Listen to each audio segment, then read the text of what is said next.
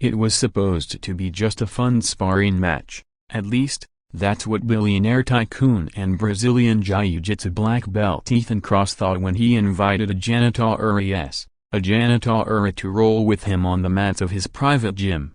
What Ethan didn't know was that this ordinary-looking single dad carried scars, skills, and instincts sharpened in the hardest way possible, and what started as a playful challenge would end up saving the one person Ethan loved more than his fortune, his daughter. Chapter 1: The Challenge. The Cross Martial Arts Academy glistened like a palace of discipline and wealth. Polished mats stretched wide beneath golden spotlights, framed by glass walls overlooking the Manhattan skyline.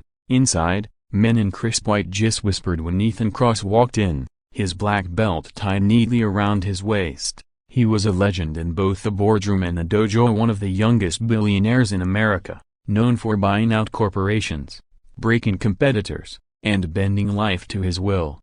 But today, Ethan wanted something different, something fun. "Gentlemen," he said, scanning the room, "I've been training hard. I want a challenge, not from my usual sparring partners too predictable. I want someone fresh, a broken bar unexpected." That's when his assistant, smirking, nodded toward a man quietly sweeping the far corner of the gym. "Sir, there's always him." The room chuckled. The janitor wore worn sneakers, gray sweatpants, and a faded hoodie with holes in the sleeves.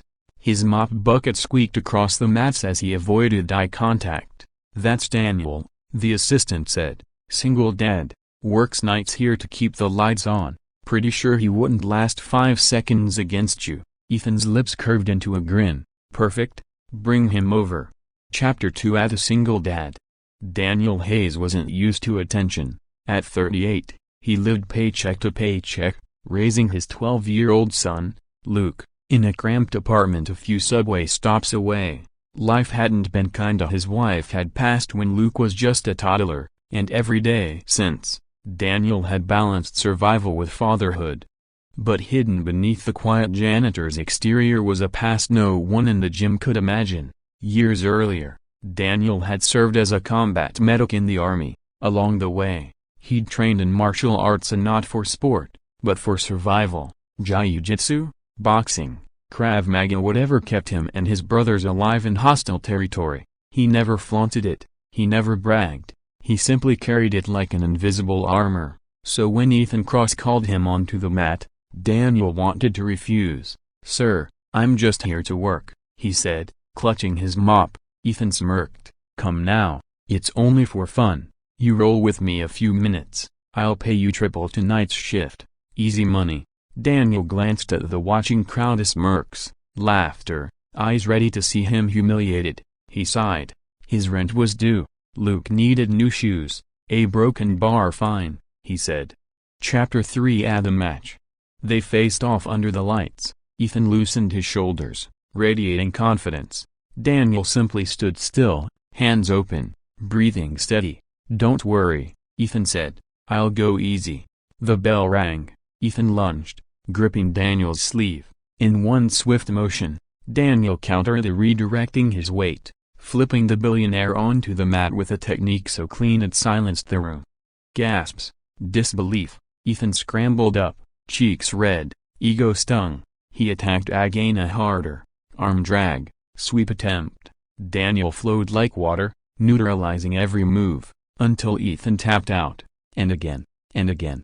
After the third tap, the gym had gone silent. The billionaire tycoon, the feared black belt, was breathing heavy, sweat dripping, staring at the janitor who hadn't even broken a sweat. "Whoa, broken bar are you?" Ethan panted. Daniel stood, calm, just a dad trying to make a living. Chapter 4: The Offer. Later, in the locker room, Ethan approached him. "That wasn't luck," Ethan said. "You've trained." "Where?" Daniel shrugged. "Army. Years ago. Don't matter now." But Ethan couldn't let it go. He was fascinated by Daniel's humility, his composure, his effortless skill. "I want you to train me privately," Ethan said. "Name your price." Daniel shook his head. "Not for sale. My son needs me home." For the first time in years, Ethan Cross felt rejected, not by a board member, not by a rival, but by a janitor. And oddly, it didn't anger him, it intrigued him. Chapter 5 At the Daughter. The next night, everything changed. Ethan's 12-year-old daughter, Sophia, was walking home from her piano lesson when a black van screeched to the curb. Masked men jumped out. Sophia screamed.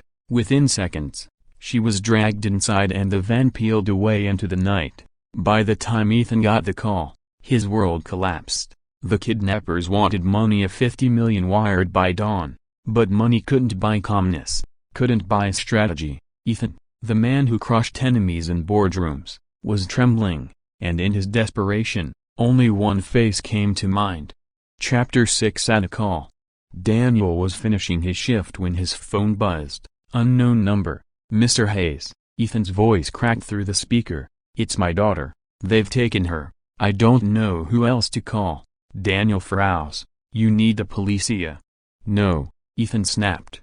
If they sense cops, they'll hurt her. Please. You're the only one I've seen who knows how to stay calm under pressure. Please broken bar help me.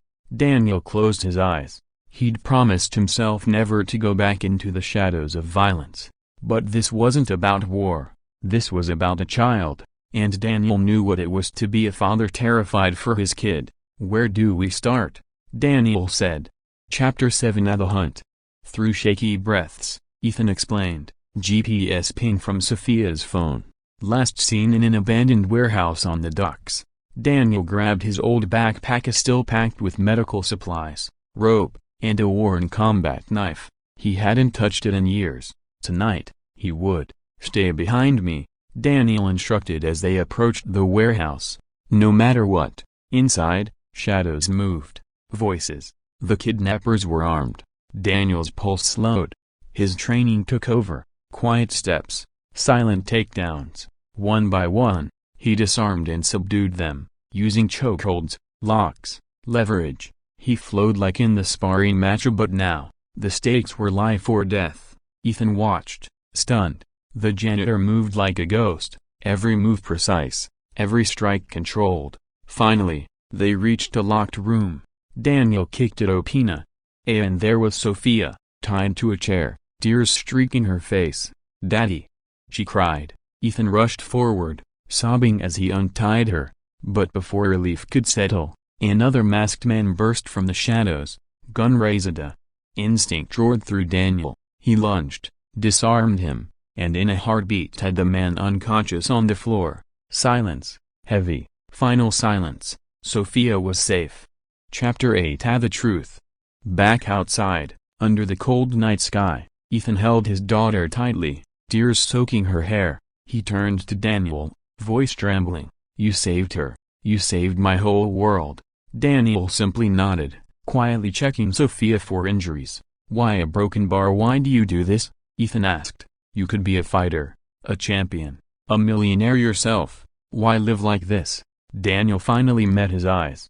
Because my son needs a father, not a champion, not a millionaire, just a broken bar dad who comes home every night. For the first time, Ethan Cross understood a truth deeper than wealth or status. Strength wasn't about domination. It was about protection, about love. Chapter 9 At the Gift.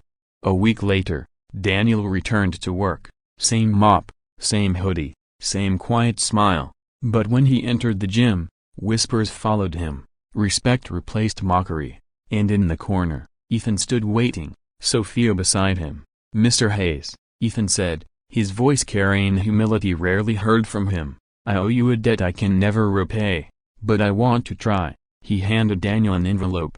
Inside, papers, keys, a home. Ethan said softly. For you and your boy. No more worrying about rent. No more scrubbing floors. Daniel's throat tightened. He shook his head. I didn't do it for this. I know, Ethan said. That's why you deserve it. Sophia stepped forward, wrapping her arms around Daniel. Thank you for saving me. For the first time in a long time, Daniel let himself smile fully. Epilogue. At the lesson. Life didn't change overnight. Daniel was still a single dad, still packed lunches, still sat with Luke over homework. But now, they lived in a safe home, with doors that locked properly, with hope instead of fear. And Ethan Cross? He still wore his black belt, still sparred, still made deals worth billions, but his heart had shifted. He no longer measured strength in titles or trophies but in the quiet courage of a father who asked for nothing and gave everything, because sometimes, the people we overlook are the janitors, the single parents, the quiet ones in the corner carry the strength to save the very things we love most. Final message. Strength isn't in wealth, it isn't in belts or trophies, it's in kindness, in sacrifice, in showing up when it matters most. And sometimes, a simple dad with a mop can remind a billionaire what it means to truly be strong.